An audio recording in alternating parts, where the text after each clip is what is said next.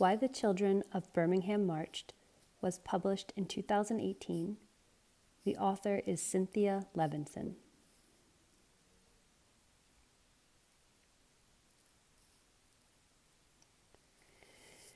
Six-year-old Audrey Hendricks knew not to go to the playground with the clean sandbox and sturdy monkey bars. She could only go to the one with the broken swings and bare dirt.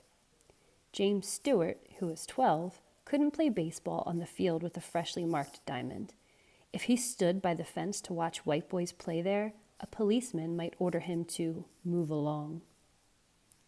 That's how things were for Negro or black children in Birmingham, Alabama, and throughout the South before the 1960s.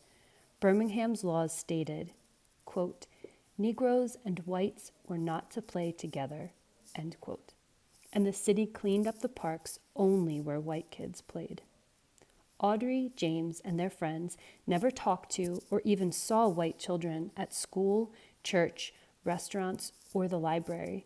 They had to sit in the back of the bus to get downtown, and they had to use dressing rooms, bathrooms, and drinking fountains designated for blacks.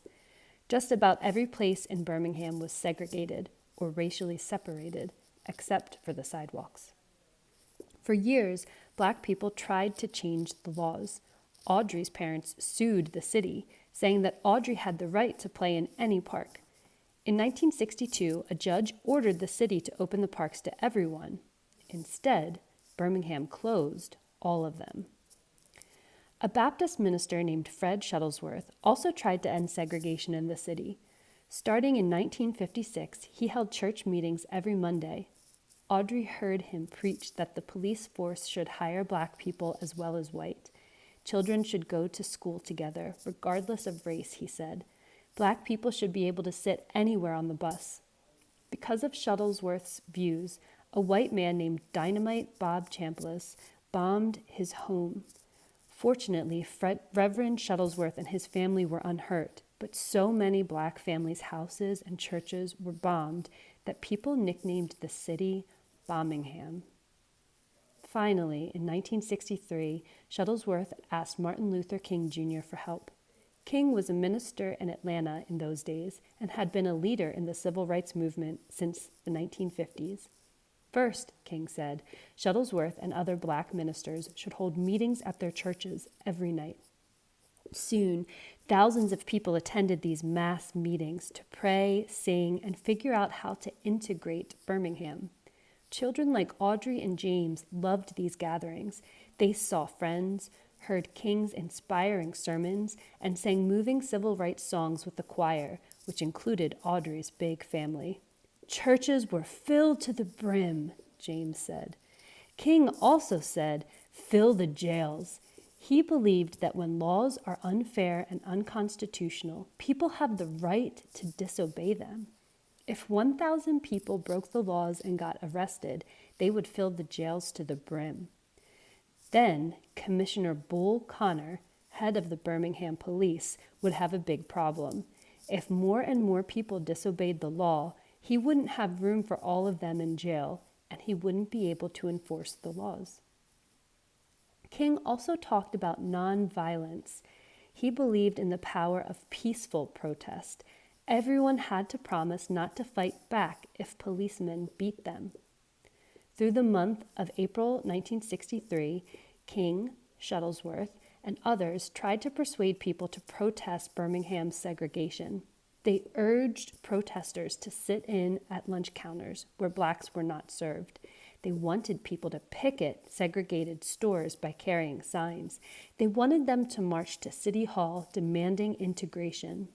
King himself marched and went to jail to show them he wasn't afraid. But only about 150 people volunteered to protest. Many feared the police or worried about losing their jobs. Plans to end segregation were failing. Then, another minister, James Bevel, came up with a new plan. Fill the jails with children, he said. Unlike their parents, children wouldn't lose their jobs by protesting. Audrey and James decided to protest. On May 2, 1963, They and about 800 other children marched out of 16th Street Baptist Church, and just as predicted, they were arrested. Audrey would spend a whole week in jail. Bull Connor feared that the jails would fill. When more children marched the next day, he told his men to attack them with forceful fire hoses and snarling police dogs. Teenager Arnetta Streeter said, "The water was piercing." James saw a boy who was badly beaten by a police dog. Around the world, people heard the stories and saw the photographs of what was happening in Birmingham. During the first week of May, almost 4,000 children marched. Day after day, they were arrested. Children filled Birmingham's jails. Because Bull Connor could not enforce segregation laws, the city repealed them that July. Audrey, James, and other black children could play in the reopened parks, sit anywhere on the bus, and eat in any restaurant. Inspired by their bravery, young people in other cities protested segregation too. Then, in August 1963, 250,000 adults and children held a march for jobs and freedom in Washington, D.C.